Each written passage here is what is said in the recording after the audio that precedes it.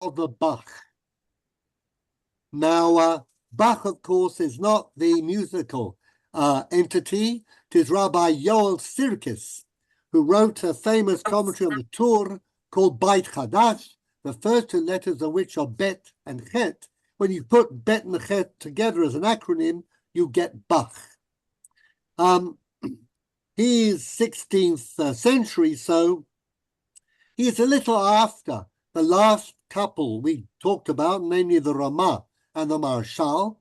So we are still in the heyday of Polish Jewry. And remember, Poland in the 16th century was huge.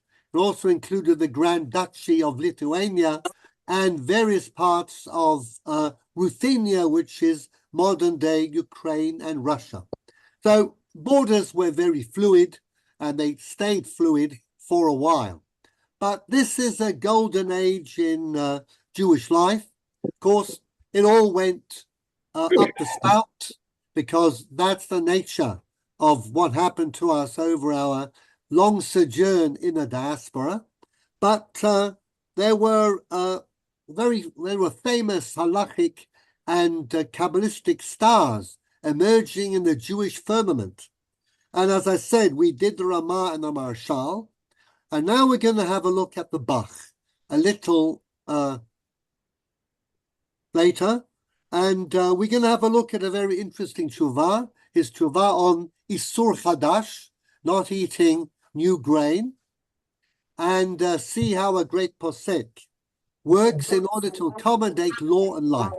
It is the accommodation of life by law that drives our study of the Responsa literature. That is what a responder, as opposed to a codifier, is. Someone who seeks to give a good answer to enable us to live as halakhic Jews, whilst not invalidating and impugning the law in a serious fashion. That's the job of a good posek. As they say, there are two types of rabbis. One type of rabbi raises problems. Another type of rabbi tries to solve. So let's begin with the Bach and the golden age of Polish Jewry. Here we are. The golden age of Polish Jewry between the 13th and 16th centuries. This is the Bach, 1561 to 1640, lifting the prohibition of Chadash in the diaspora. We will also, by the way, read a fascinating story about what I'm going to say is the beginnings of the battlegrounds over the rabbinate in early modern Jewish history. Rabbis are no longer regarded as the true leaders of their communities. Their authority is now becoming embattled. So watch out for that as we move on. But let's begin with a little summary of the golden age of Polish Jewry. Avi, I'll get you to read, please. Jean, I'll bring you in when we get to the Hebrew, okay? Line 5, between the 13th and 16th century. Between the 13th and 16th centuries, Poland was a fairly benign and relatively secure place for Jews, of whom emigrated there from Germany in order to avoid constant bouts of persecution, which intensified after the Black Death. The kings of Poland, especially the Jagiellonian dynasty, were particularly keen on employing Jews to develop the local economy. The Jews were granted generous royal charters, which provided them with both physical security and a large measure of autonomy. Okay, so they're doing well economically, and they run successful, internally governed Jewish communities. Jack, would you take over, please? Eventually, however, line 10. Eventually, however, the authority of the Polish kings waned, and the twin pressures of the opposition of the Catholic Church to any manifestation of Jewish flourishment. You will, of course, remember that Augustine in the 4th century said the Jews may survive, but they may not thrive. And that was the ideology, the mainstream ideology of the Catholic Church. And the hatred of the peasants for the role of the Jews as the middle class in the country combined to make life progressively more difficult and dangerous. The Chmielewski massacres of 1648, 1649 dealt the final blow from which Polish Jewry never recovered. In its heyday, Polish Jewry had a strong self-governing communal structure comprising a powerful rabbinate and a lay leadership. The Kahal. The Kahal, Kehila Kahal, was an institution, very strong institution that led Polish Jewry, which was a lot more, as I said, than what we have in modern day Poland in every aspect of life. Robert, if you're back with an audio, would you take over in the early days, line 16? In the early days, that's it. The Kahal and the rabbis would gather for a combined Vaad to discuss and make rulings regarding pressing matters at Lublin before Pesach and at Yaroslav before Rosh Hashanah.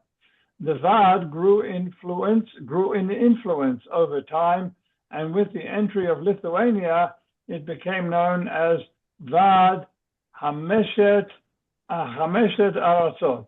Thank you, Robert. Shmuley, line 20, after Lithuania left. The Litvaks didn't like the Polacks, so they withdrew. After Lithuania left, it became the famous Vad Arba Aratzot, Great Poland, Little Poland, Ruthenia, and Volhynia. If you're interested, you can look them up in Chat GPT. And it exerted a powerful influence on Jewish life in Poland. From the 15th century onwards, Torah study flourished in Poland. The early rabbinic figures were Rav Yaakov Polak, founder of the Polish Pilpul method, and his student Rav Shalom has gone. Shachna, Rosh Yeshiva of Lublin. Lublin, not Lublin. If you're from Dublin, it's Dublin. Not from Dublin, no, not from Dublin. Lublin. Rav Shachna's most famous pupil. I know you're Hungarian, so you are forgiven. Thank you. Rabbi Shachna's most famous pupil and son-in-law was the Ramah. In addition to Goldie, the Rosh Yeshiva's daughter, not an uncommon practice for getting ahead in the rabbinic world.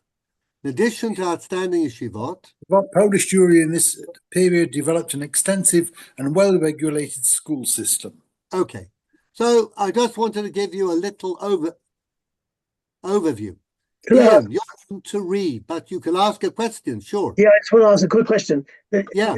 If the Jews are well organized for themselves, for learning and for all their Va'adot and everything, why would that upset the Christians and the Catholics? The Christians didn't like them because of the word economic.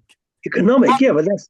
All right, I'll explain to you, what did the Poles, the non-Jewish Poles do? Well, Poland, was particularly open and suffered in particular from the tension between the Hegelian kings and the nobles called the Schlechter, and there's probably a good reason for that. Okay, the nobles were always vying for power. King was trying to keep them under control.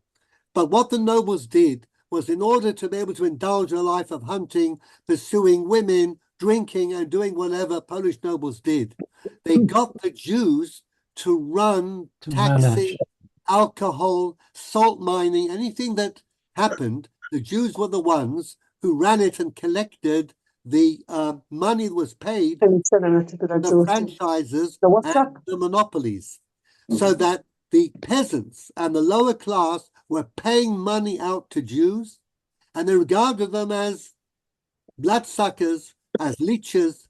And the Jews, of course, didn't get drunk. They didn't drink the alcohol, but they could stop the supply. Polish peasants were always getting drunk. And the two things went hand in hand. Mhm. Anti-Semitism of a virulent nature cultivated by the Catholic priesthood, and also the feeling of anger and frustration on behalf of the lower class, especially the serfs, the underclass, who were always being pressed for paying their dues by the Jews. And if they didn't pay, they didn't get their money through on time, they had their supply of alcohol cut off. And that in a very, very brief 30-second span of time is what happened to make Poland in the course of time. Now, who controlled this? The king. The Hegelian kings, as I said, up as we began, the Hegelian dynasty was 13th century until the 15th. When you had a powerful king, and the Hegelians were, they originally came from Lithuania, actually, they kept the nobles in check and also kept the peasants in check. And the nobles had to be there and they had to shoulder a lot of the responsibility. So the Jews were not seen as the ultimate target. And as the nobles became more powerful and the kings lost their ability to control the nobles pushed the Jews into the front line, and they were under attack almost consistently. So that by the 16th century, it's going bad. The 17th century, the atmosphere is absolutely poisonous. And then the Khmelnytsky massacre, which involved, of course, lower classes, Cossacks, okay, Bogdan Hetman Khmelnytsky was able to do what it did because it had such a lot of grassroots support, and the first victims were the Jews. They were murdered, raped, pillaged, sold into slavery. There's a famous book, Ian, if you want to get into the spirit of that, called The Slave by Isaac Bashevis Singer, that describes a Jew who was sold into slavery, victim of the Khmelnytsky massacre, and how he has to survive in this very toxic and hostile atmosphere, and his relationship with a non-Jewish woman, and the ability to connect, the inability to connect with other Jews, and the whole spirit of what was going on at that time. Poland was, of course, in rank superstition, but that is a brief, longer answer than you probably would have wanted. Excellent. But it does resonate with the picture of the Jew as a lecherous, blood-sucking, money, filthy, lucre-driven creature who's preying on innocent Christians. That is a theme from about this period onwards.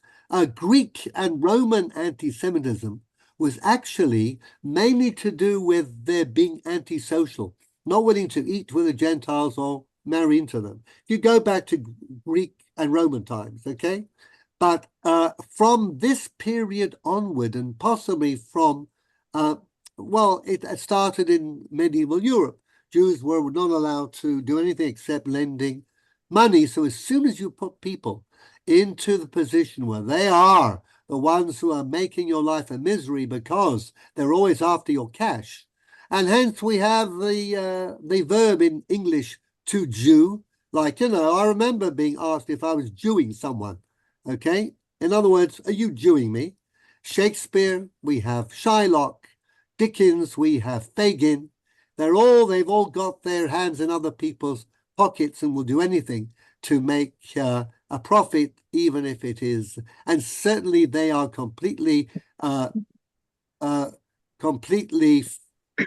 devoid of any of the milk of Christian charity, okay, which of course is not interested in money at all. And if you believe that, you will believe anything.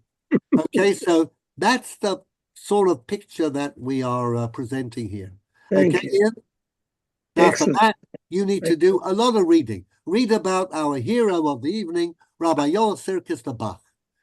28, Rabbi Joel Sirkis. Rabbi Joel Sirkis, known by his acronym Bach after his major commentary on the Torah, called Beit Hadash, was born in Lublin Thank you. 1561. Yes. His father, Rav Shmuel Sirkis, was a rabbi in the city, and his mother, Sarah Jaffe, was a member of the Jaffe family, making Rav Mordechai Yaffe the Levush, the Bach's second cousin. Of course, Sirkis is actually just a Yiddish form of Sora's Kinder. Like Rifkind is Rivka's Kinder, okay? So Sirkis is Sora's Kinder. There was a famous matriarch called Sora, and so we get to the name Sirkis.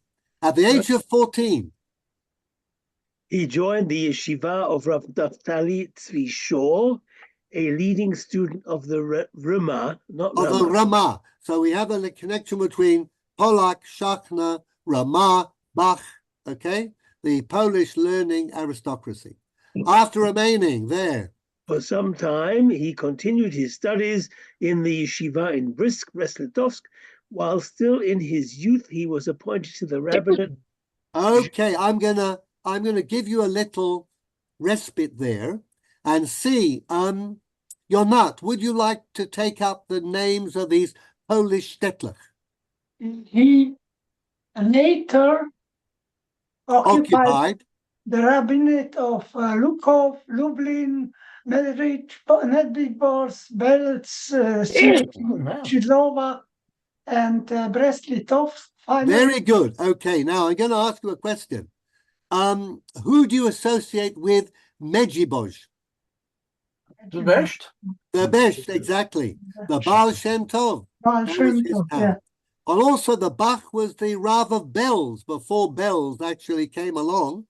Yeah. And certainly before my Shtetler Belz was sung, because that is like a modern sort of Hollywood type Yiddish song. But interesting, he was quite young and he was a rabbi of all of these Shtetler. Finally, you're not settling. Settling in Krakow. Krakow. In 1619, where he was appointed Av Bedin and head of the yeshiva. Just again, a brief note to, again, make the picture a little richer. By the time we get to the 17th century, we have over 150,000 Jews living in Poland, in what was Greater Poland. That's probably the largest number anywhere in Europe. And Krakow was the biggest community in Poland. So that gives you some idea of the stature and status of the Bach, okay, of Rabbi Sirkis. Now, he was appointed Av Bedin and Rosh Yeshiva. Can I ask a question? Yeah, sure. Yeah, is Av Bedin and head of the Yeshiva means that he's the rabbi of the city, or is there another rabbi of the city? No, there was no rabbi of the city. Av Bedin, in this context, is the rabbi of the city. Okay? There were many rabbis in Krakow. There was more than one yeshiva in Krakow, but he was the official Av Bedin. The duties of an Av Bedin were, in fact, to deal with major questions. He was asked questions by rabbis in Krakow, rabbis in Poland, beyond Poland, and he also sat, as we will read, on the Vad Arba Aratzot, and his voice was certainly amongst the most powerful in the rabbinic cohort that attended the meetings of the Kahal. So Av Beit Din, there's no such thing as a chief rabbi, no such thing really, guys. We know because in Halacha, Beit Dina Batar Beit Dina Ladaiki. There's no such thing as a hierarchy of Batei Din. Each Rav, each Beit Din has its own authority. But the Av Beit Din is the one who sits and heads the Beit Din consisting of the most important rabbis in the city. So it was all a matter of internal status. Prague, by the way, was exactly the same. You had a number of rabbis in Prague, a number of Batei Din, but the Prague Beit Din that sat and signed on all sorts of takanot and gave all sorts of halakhic rulings in the 18th century was headed by the Noda Biyuda, Rabbi Yechezkel, and you can see in the Shuvot and in the Pinkas that we have, there are takanot and there are gzerot, which are signed on by the same 4 or 5 dayanim, and the first signer is Harav Yechezkel Landau, Bereb Yehuda, Abad, Av Bet Din. Thank you. Okay. So, I think that you are on.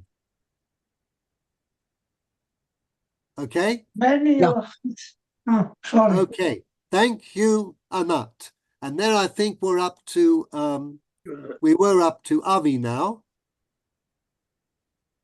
No, I mean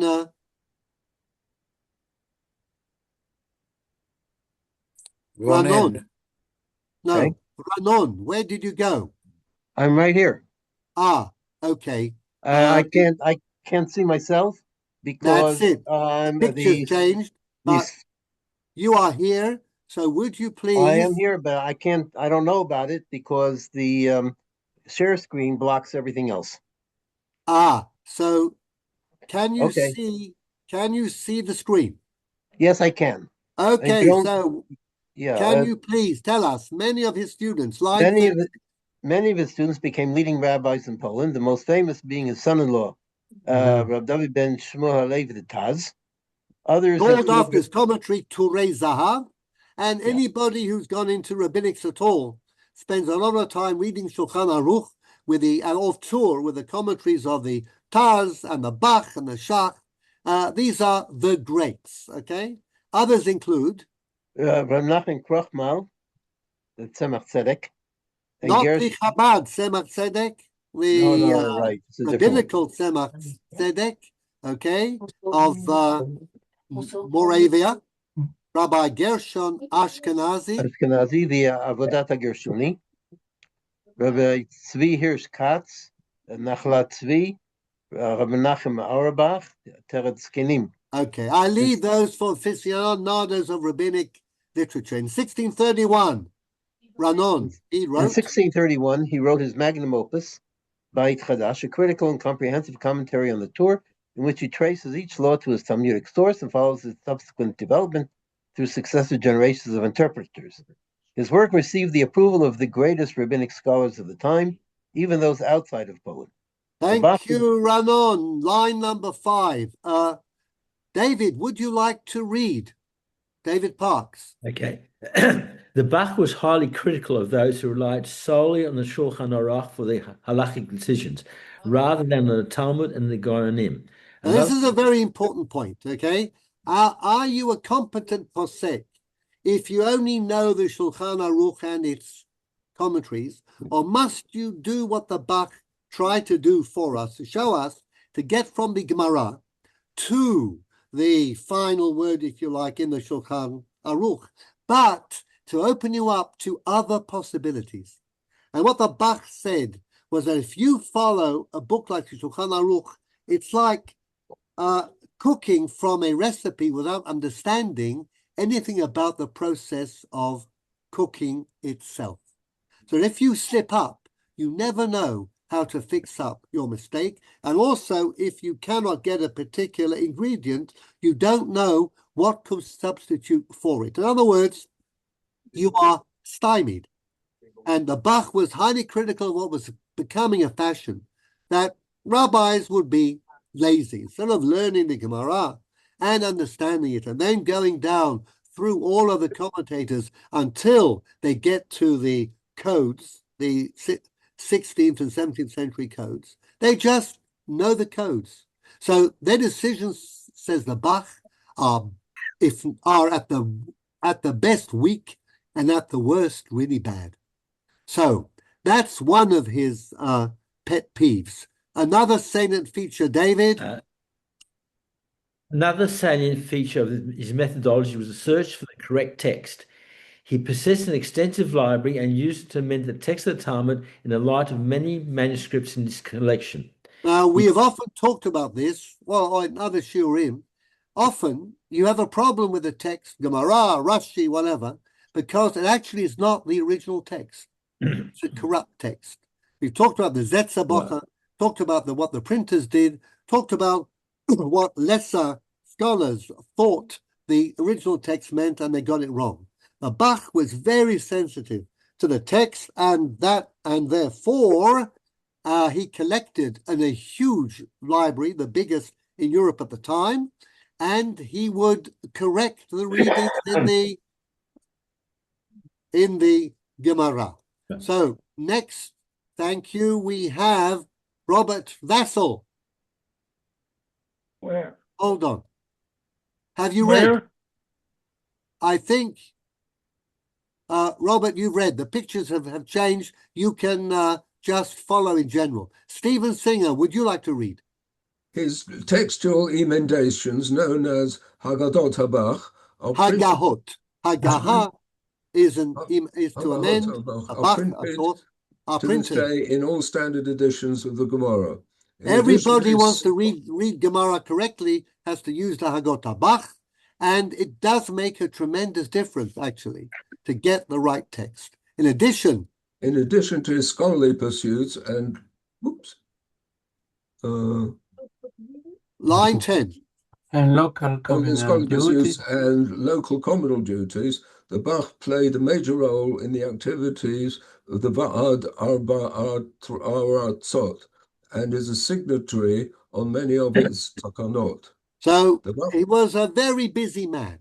Harvey, would you take the theme up? Thank you, Stephen. Line 12, the Bach. The Bach was not scared of making halakhic rulings which he felt were justified by the needs of the hour, notwithstanding that they were likely to raise serious opposition on the part of other rabbis and co-religionists. The outstanding examples we see shortly is his permission to ignore the prohibition on chadash with respect to grain grown by non-Jews in the diaspora. We're going to develop this shortly, so I'll just ask Bernie to take over. Another example. Rabbi, I would rather not. I had it acted about 2 hours ago. I wish you a refuah shalema. All right. Marcel, let's have you, please. Where are we getting to the Bach? Line 16, another example. Another example is his permission. Another example is permission to charge for rabbinic services, which he claimed was necessary, both in order to garner respect for the rabbinical office and to allow rabbis to maintain scholarly excellence. You're going to pay your rabbi a lot of money. The field of halakha. Good idea. The field of halakha has grown so much that without pay, no rabbi could possibly stay abreast of it. Several rabbis at the time criticized him for this, but the Bach did not relent. He was now let's have Yitz Bauernfreund if you're interested in reading. Rambam would not be happy. No, very unhappy. But there we are. So I think I've got Yael on here, but I don't see that there is an audio. So I've tried Yitz, I've tried Yael. Nothing coming on the David Berman block, so I'm going to go back up. No, I'm here. Ah, you're here. Hi, I didn't know which Yael you meant. Yes. You're the only one. Which he was line? Particularly sympathetic. Line 20. Line 20. He was particularly sympathetic to people's basic needs. He exempts those who suffer from the cold from sitting in a sukkah, especially the poor, who do not have the appropriate clothing to protect them from the elements. And I can tell you, having spent a week in Yellowstone just now in the winter, you need your thermal underwear. Otherwise, you're in a real problem. But the humanity of the Bach comes through on this. You're not you don't have the appropriate clothing. Stay home. He also allowed women to wear men's clothing in extreme weather conditions when this type of attire would be more suitable. Now, would you like to try the actual extract from the Bach? Yep. Good. לא תלבש אישה וכולי. דברי רבינו בדין זה סתומים.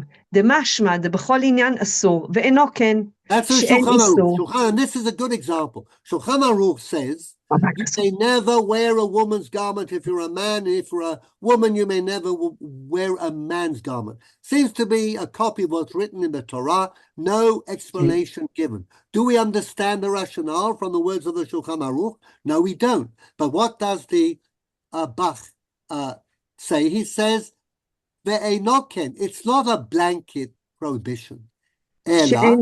שאין איסור, אלא אם כן באישה הלובשת בגדי איש להתדמות לאיש, ואיש הלובש בגדי אישה להתדמות לאישה.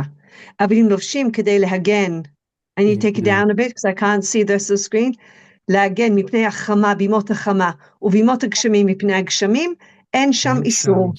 So when you understand and you look at the Gemara and look at the other commentaries, the whole point is that the prohibition on females wearing male apparel and males wearing female apparel is to stop, if you like, promiscuity. And it reminds me of the famous debate in England. You may remember, no, nobody would remember the 16th century, but the English theatre was very famous for its cross-dressing.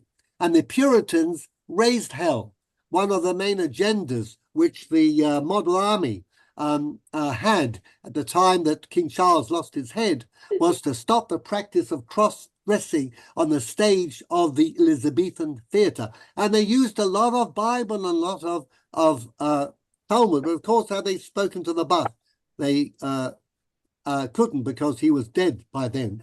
But they would have realized that the whole thing is really fairly narrowly focused, and to make an issue of every single thing which looks like a man's clothing or looks like a woman's clothing is, of course, missing the mark in halakhic terms. It's like those, I mean, just shooting from my hip now, or from my hat or shoulder or sleeve, whatever it is. But, you know, you come into a shtibel somewhere and you're going to go and try and pick out your black raincoat from the 500 others, and some kid with payers rushes up seeing you sorting them and says, Shabbos, Boira. They're not realizing that Boira or Melechet HaBorer, choosing, selecting, applies to food, doesn't apply to raincoats, doesn't apply to picking books off a shelf. You can take anything anywhere unless you understand what the underlying principle is, and you get to very silly places. So I have to inform. Question? Yes, sorry. Sure. Yeah. Could it also be like what was in Yentl, like to prevent people from trying to present as not just cross-dressing, but she wants to present as a man? Yeah, because there in Yentl, the problem is the promiscuity aspect, that you're in a male environment, and and if you're exposed for your sex, the men will be unable to control themselves, or yeah, I mean that you're leading us into a discussion of the pushing of gender lines and barriers. So, you know, I don't want to get into that, but I'd say that today Yentl is not as pressing as it was then, because women today have much greater access to Jewish learning than they did in the time when the Yentl stories meant to be taking place. Okay? Yeah. Yeah. Okay. So, I mean, but this is just, again, I'm like pulling out, cherry picking here and there from the Bach. So, thank you, Yael. Now we're going to go back to the top of my screen, and I am here looking at David Parks again. Okay. Jean, I will call upon you when we start to read the Tshuva of the Bach, which is actually very fascinating. 28, and full of human interest. Amongst his notably liberal rulings. For me to start? Yeah, 28. Amongst his notably liberal rulings are the permission to sell an entire room containing leavened food to a non-Jew before Pesach. In other words, before the Bach, you had to take your actual chametz and sell it to the non-Jew. You couldn't simply sell in the entire room. It was not specific enough. Today, we can do that. In fact, some people sell their entire homes. Some rabbis will object to that. But this is, again, as I said, a bit of cherry picking in the Bach. To expand the types of activities that could be done on Yom Tov before those associated with beyond, not before, beyond. Line 30. Yeah, beyond those associated with food preparation in order to allow for the greater enjoyment of the festivals. He also permitted tunes used in churches to be sung in the synagogue, provided they were not uniquely Christian, but had been adapted by the church from external music sources. Now that's an interesting one, okay? Because we often wonder, the Chazan has introduced a new tune. Apparently it's, something that was sung in the local church, okay? Is it trace or can we use it? So Bach says go back to the origin. Sometimes it doesn't have to be the church, the stage. The Chazan has sung something from Les Mis or I don't know. Or La Donna Immobile. Is that appropriate? Well, Waltzing in Australia. And Waltzing Matilda in Australia, okay. Absolutely. The question is, Australians here have a very large voice. Okay, anyhow. So like the Ramah, we'll have another Australian, Marcel. Like the Ramah. Where are we? Line 33. Line 30. Like the Ramah, he performed a marriage after the onset of Shabbat when the circumstances required such a step. Now, we studied this at great length last time before the break, so we all know, and the newcomers will look it up. In general, he was averse to Qumrat, and in one of his responses, he writes, he wishes to be stringent, let him be stringent for himself only. If you want to be a machmir, do it yourself, but don't impose your chumras on the community as a whole. Right. So, Yael, you're on again because I'm coming down a different list. Line 37, during the Bach's I wanted to ask, what is Jean. the originality? Donc, he said, you said he permitted Onionto because those associated, beyond those associated with food preparation. But this is a Gemara Mefureshet, mitoch shehutra letzorech, hutra shelo letzorech. But okay, if you read the Bach, he is actually going beyond what the Shulchan Aruch does.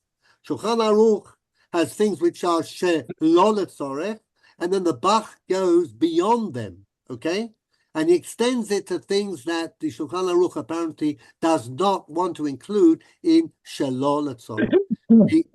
A good point, but you have to look at the Bach. Mm-hmm. And because I want to focus on Chadash, I'm not going to spend too much time on that. Okay, Yael, could I have a little more, please? Line 37. During the Bach's lifetime, the Jews of Poland were subjected to harsh treatment on the part of the Catholic Church, and this finds expression in a number of his responsa. As I said, what we're doing in the Bach's lifetime is certainly towards its end is seeing the rise of the influence of the Catholic Church, the hatred of the Polish lower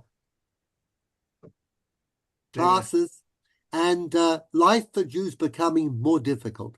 An example. Sorry? Yeah. An example is the case of a Jew who was martyred for allegedly stealing a small statue of Jesus. The Polish authorities also demanded the surrender of another Jew accused of receiving the stolen item. So, there was a case of a Jew who stole a small statue of Jesus in order to sell it. He was a thief. He was put to death. Now, whether that was the right Jew or not, whatever, the Polish authorities did what they had to do.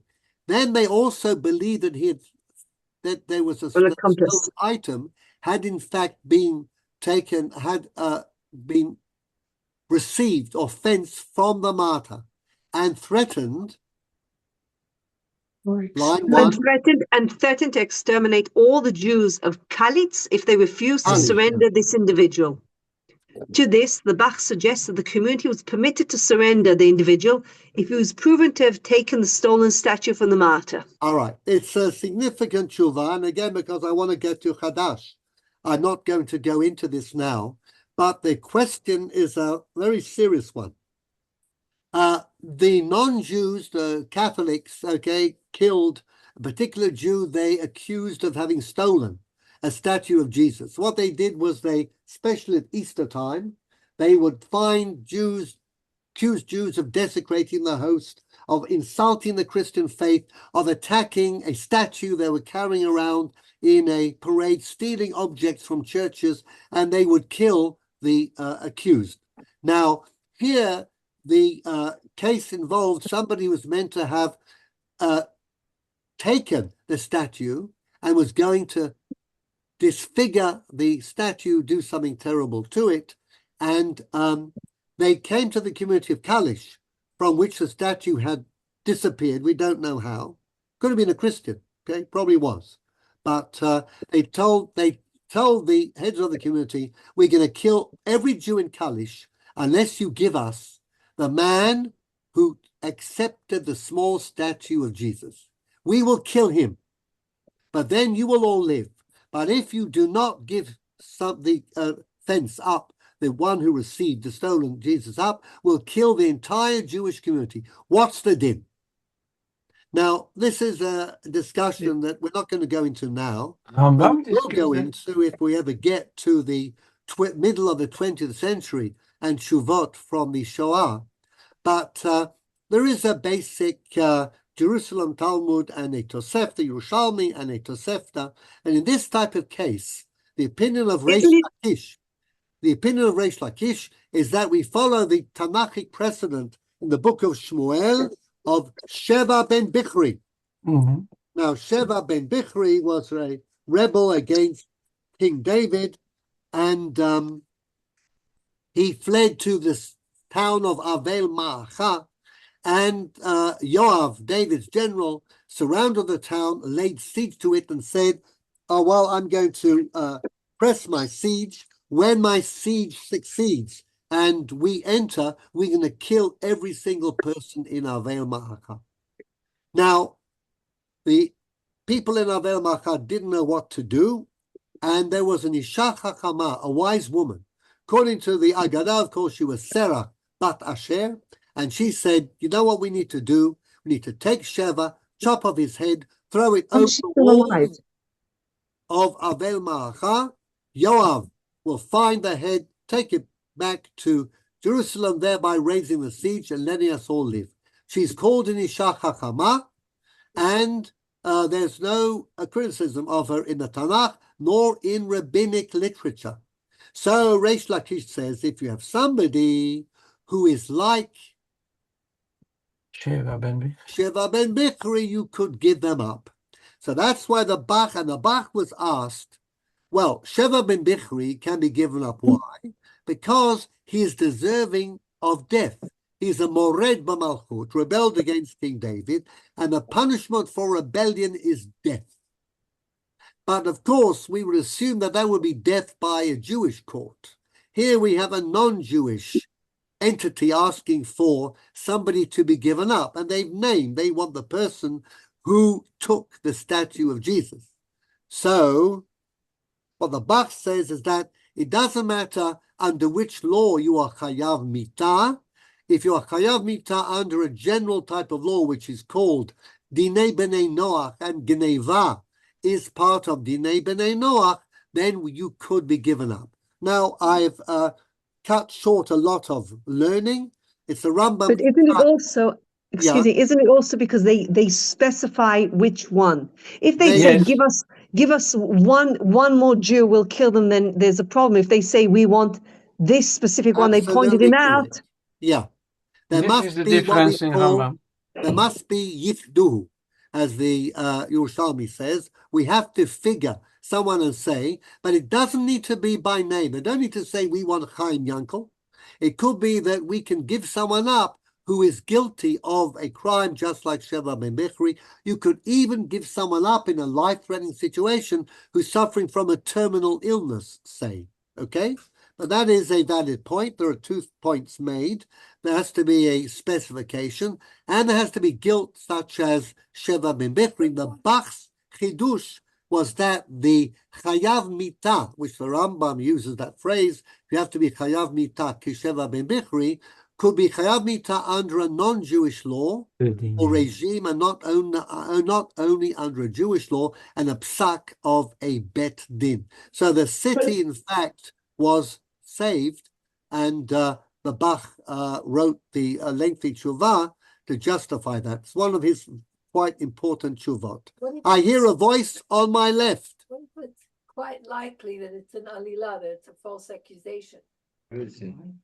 That's a very good point, if it's likely to be a false alilah, but you don't have much time. in order to work it out, especially since you are at the mercy of the tyrant.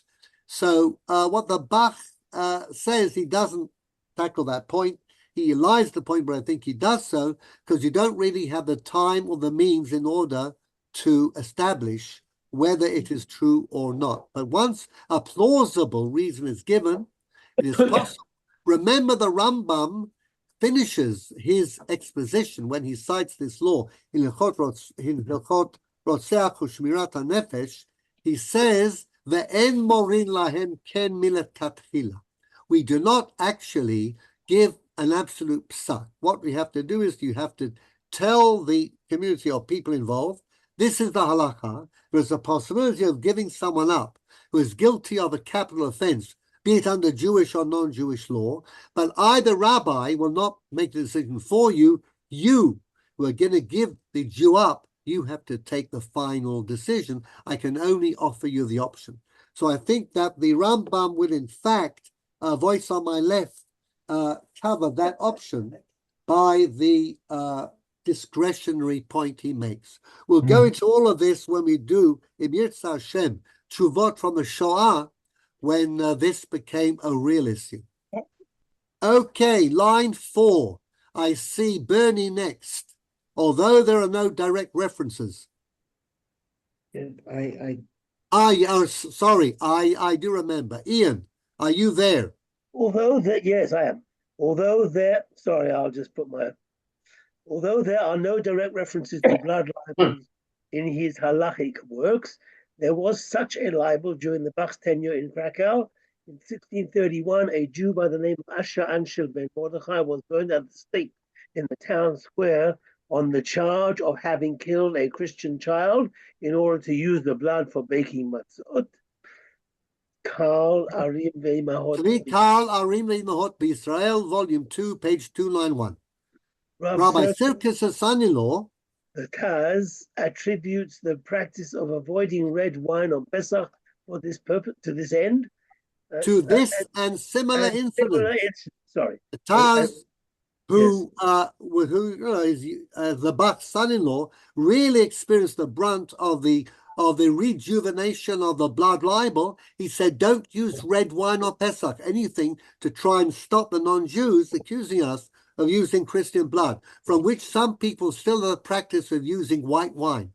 So as not to give credence, I don't know whether you've heard of this, but if you look at the Taz on the Shulchan Aruch, he says, don't use red wine, use white. And that is the influence of the blood libel. Now let's get into the topic of the day or evening, or what's left of the evening, which is Avi, Chadash, Isur Chadash. Line 11, A, the prohibition and its scope. Prohibition and its scope in the Talmud and classical halachic codes.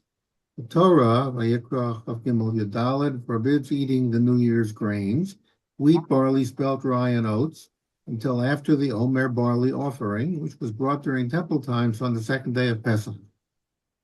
Lechem. Lechem v'kali, v'chamel lo tochlu. Lechem is a baked bread. Kali is parched ears of corn. Carmel is raw grains of corn. Lo tochlu.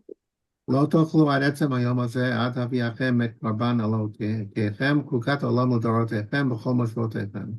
Now, what is the last phrase? B'chol moshvotechem.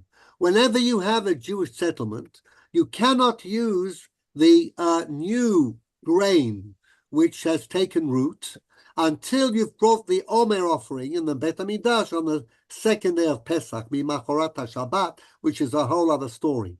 But this is called Isur Chadash. You can't eat the new grain until the 16th of Nisan in Eretz Israel, when there was a Bet HaMikdash. Now, grains in Eretz Israel, Shmuli, line 17. Grains in Eretz Israel were all planted in the autumn and took root before Pesach. Once the Omer had been offered, they became permitted for consumption and are termed Yashan, meaning old grain. Grains that took root after Pesach are termed Chodosh and may not be eaten until next Pesach Omer offering. So if you did not have your grain, which had been planted in the autumn, okay, take root before Pesach, you had to wait until the next Pesach if you harvested it in the spring or in the summer. That means you've got a long time to live on the old grains, and that's a problem. Okay, but since there were hardly, Shmuley, any spring or summer plantings in Eretz Yisrael, observing the Chodesh prohibition was never a problem. No problem in Eretz Yisrael of the Mediterranean basin. You plant in the autumn, you have your winter rains, everything takes root nicely underground, and at Pesach time, up it comes, the bodies first, all the grains come through in a cycle in the summer. By the time you get to the autumn, you've harvested all of your grains, and then you have a supply of new grain to tide you over from the autumn until next spring, when you have the new crop. And there's no problem with keeping the Isur Chadash. The phrase, but the phrase in all your dwelling places, Jack, please, 22, B'chol moshvotechem, the phrase in all your dwelling places. Now that's unique to Chadash. B'chol moshvotechem could be wherever Jews live, Eretz Israel and Chutz La'aretz. So, Jack, please, the phrase. The phrase in all your dwelling places is interpreted in the Sifrei by Rabbi Akiva as a biblical directive to apply the law of Chadash to any place in which the Jews live, including the diaspora. Rabbi Shmuel disagrees and understands the phrase to refer to the stage at which Israel is living securely in its promised land. Because B'moshvotechem could be a number of things, but it could be geography. Wherever Jews live, you have to keep the law of Chadash, or it could be when you have a yeshiva ba'aretz, when the Jews, Israelites came into the land, they weren't really well settled, they had growing pains, had to get rid of the existing population. Once everything is settled down nicely, then the law of Chadash applies. Okay. In his view, Chadash does not apply in the diaspora on the biblical law. So we have a machloket Tanaim as to whether Chadash applies in Chutz La'aretz or not. Now, next we have, the pictures all change. Ranon, would you please give us number 26, the prohibition? 26. 26, the prohibition. You're muted, muted. Yes, I'm sorry. The prohibition on eating Chadash in the diaspora is codified in the Mishnah, Kiddushin 1:9, and in Ola, but its normative status is not resolved. Is it midoraita or is it midrabanan? How is it forbidden in Chutz La'aretz, biblical or rabbinic? This point is important because the Mishnah also deals with laws of Orla and Kilayim in the That diaspora. is the law of Orla. First 3 years can't use the new fruit, have to wait for the fourth. Kilayim, mixed kinds, they also apply in Chutz La'aretz, but... And clearly relegates them to the category of rabbinical law. As such, these prohibitions may be circumvented by buying the produce from a non-Jew. Here we have the crux of the matter. Presumably, of course, you always have the classification. Midoraita and Midrabanan is the lifeblood of halachic development, no question. Now, if you say that Chadash in Chutz La'aretz is Midoraita, then you cannot get around it, even if the grain is grown by a non-Jew.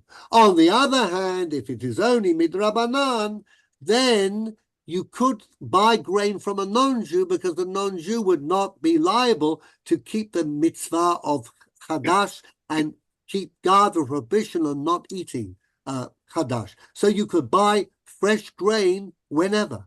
Presumably, Ranon, just finish the next bit, please. Yeah, presumably one could adopt a similar approach to Chadash should it be decided that the Chadash applied in the diaspora under rabbinic law only. So this is your rabbinic wiggle room, as always. As we learned with Rabbi Ovadia Yosef in the Pidyon HaBen case, the Ramah, in the case of the orphan bride and fulfilling doing the wedding on Shabbat. If it's midrabanan, it's easier. If it's midoraita, it's a real hard nut to crack.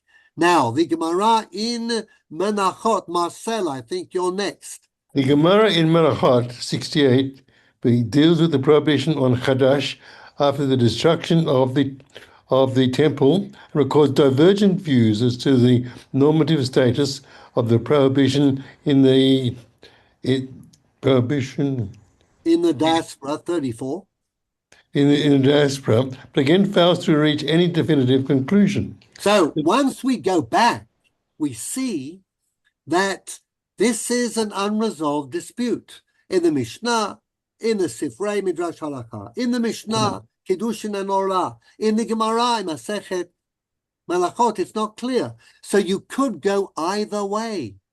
We'll see what the Shulchan Aruch says shortly, but the issue. The issue is treated briefly in the Yerushalmi Orah, which simply states that the Chadash in the diaspora is biblically prohibited. Okay, Robert, Ian Taylor, you're next. Which row? We are row 36. The Gaonim. The Gaonim and the Rif, Sefer Halachot, end of Pesachim, rule that the prohibition on Chadash in the diaspora is forbidden according to Torah law, and this is the position adopted by Maimonides in the Mishnah Torah, Hilchot Ma'achalot Asurot 10. So we have the issue is open in the Babylonian Talmud, very important. Yerushalmi, the Gaonim in Babylon, the Rif living in North Africa and then Spain, they all say simply Chadash is Asur Midoraita in Chutz La'aretz, citing Rabbi Akiva's position, neglecting that of Rabbi Ishmael. Rambam lived in Spain, North Africa, and Egypt. He also says quite simply, it apparently was not an issue.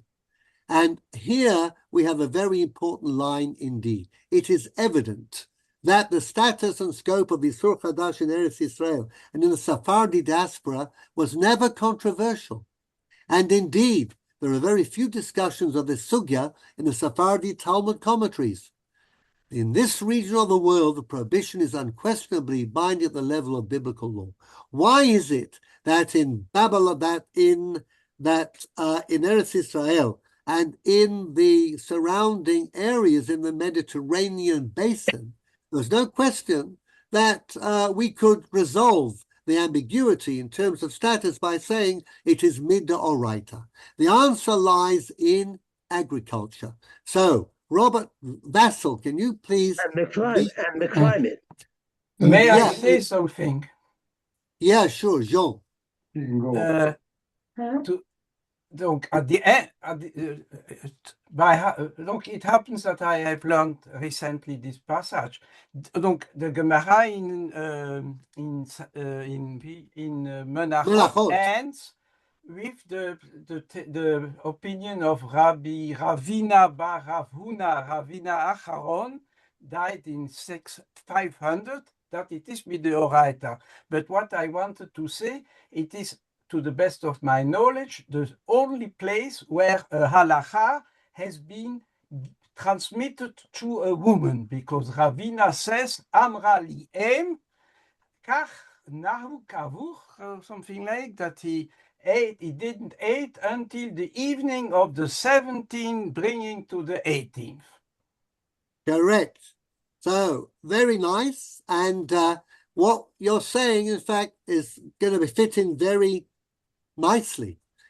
What happened was that, as we'll see, in a place, and this is the point, and I'm going to give this to you verbally.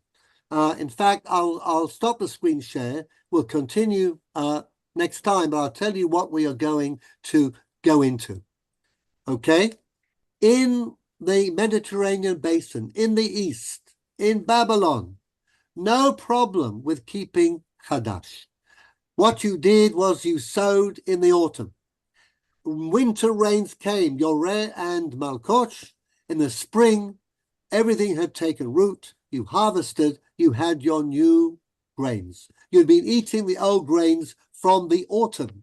So from autumn until Pesach is not very long in an agricultural society to keep grains. You didn't have a problem. Remember, grains are not only important for grains, for things that you baked, for your breads and your pitot and your cakes. It's important for beer. And beer was drunk and was a mainstay, certainly in Northern Europe. We haven't got to Northern Europe yet. But it was easy. And the discussion in the Gemara in Melachot reflecting, not the only place where a woman determines halacha by giving us information as to what happened. She's not creating a halachic argument. We don't have a woman making a kavachomer or a gzera shava. We have a woman saying, I remember this is what was done. And when she says, I remember this is what was done, and what was the question there? The question was, Sfeika diyoma. If the day that you can eat Chadash is the day that they offered up the Korban HaOmer in the Bet HaMikdash, and in Chutz La'aretz, in Bavel, we have 2 days of Chag, because we're not sure when the 15th of Nisan is. Can we eat already on the 16th, or do we have to wait until the 17th? And that was the only issue which concerned them, okay? This Sfeika diyoma, the doubt about the day, the second day of Yontef in Chutz La'aretz. So they wanted to know, and then the question is, could it be at the time that the Omer was offered, which was in the morning, first thing more or less, or do you have to say Miksat Yom Kukulo and you have to wait out the whole day? And there's one view in the Malachot that it's actually the 18th. But it's all to do with when and how to translate the Omer permission into the calendar of Babylonian Jewry. There's no question that you have to keep the law of Chadash, and Chadash is midoraita. But when you get to Northern Europe, when we leave the Mediterranean basin and the land of Israel, and we're in countries where the ground is frozen, and you cannot plant in autumn, you can only plant in the spring, then you've missed your Omer.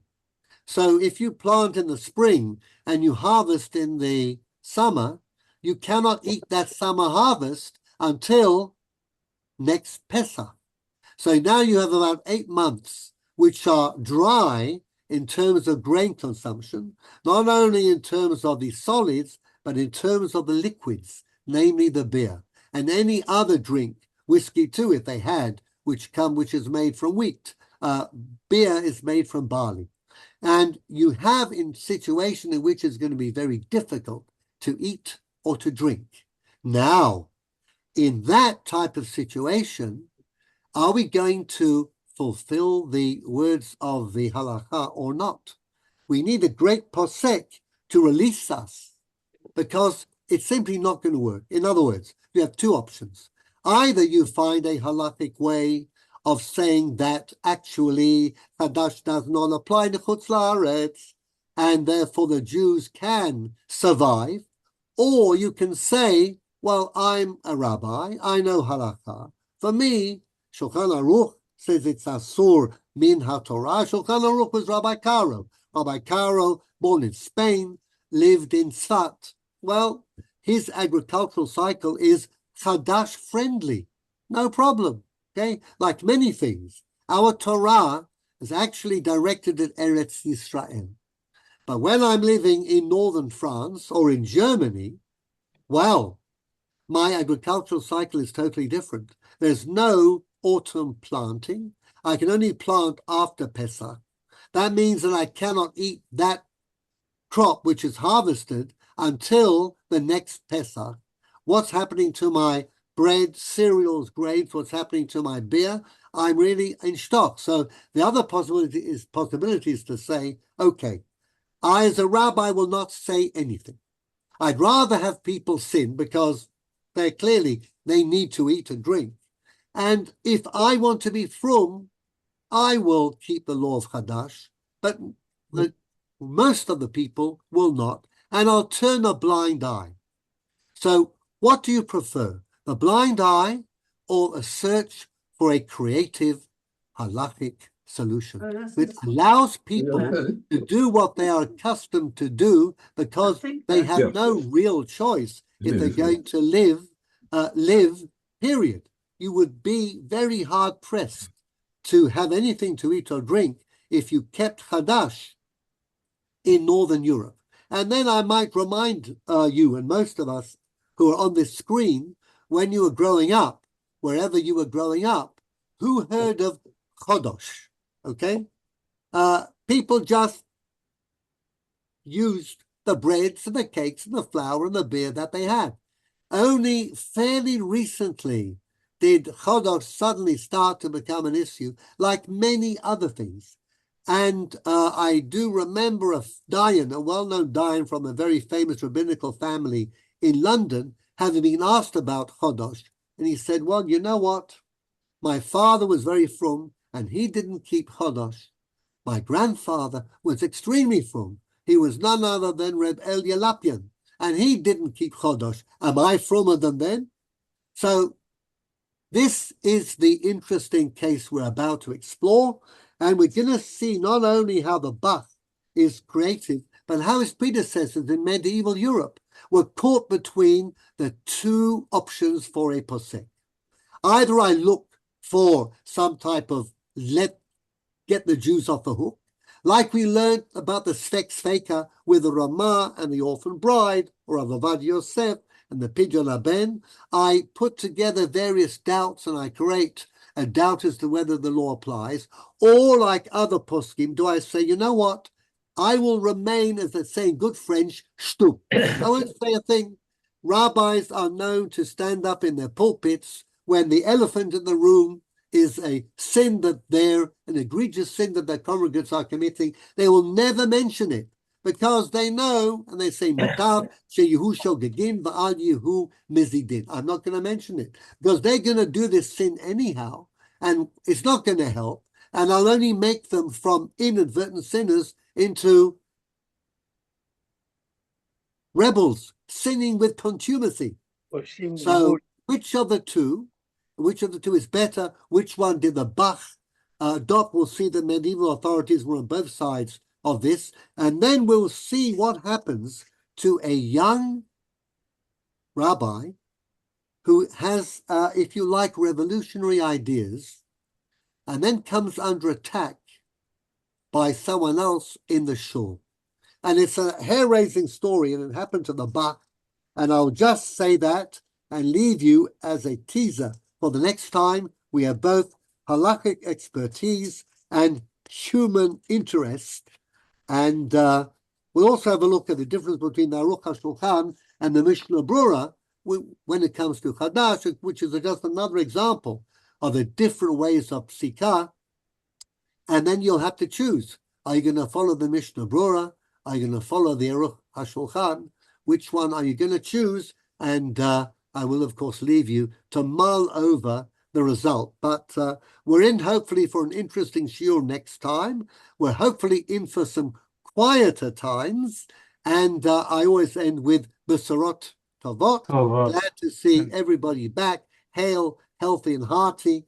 And may we continue for a long time in that vein.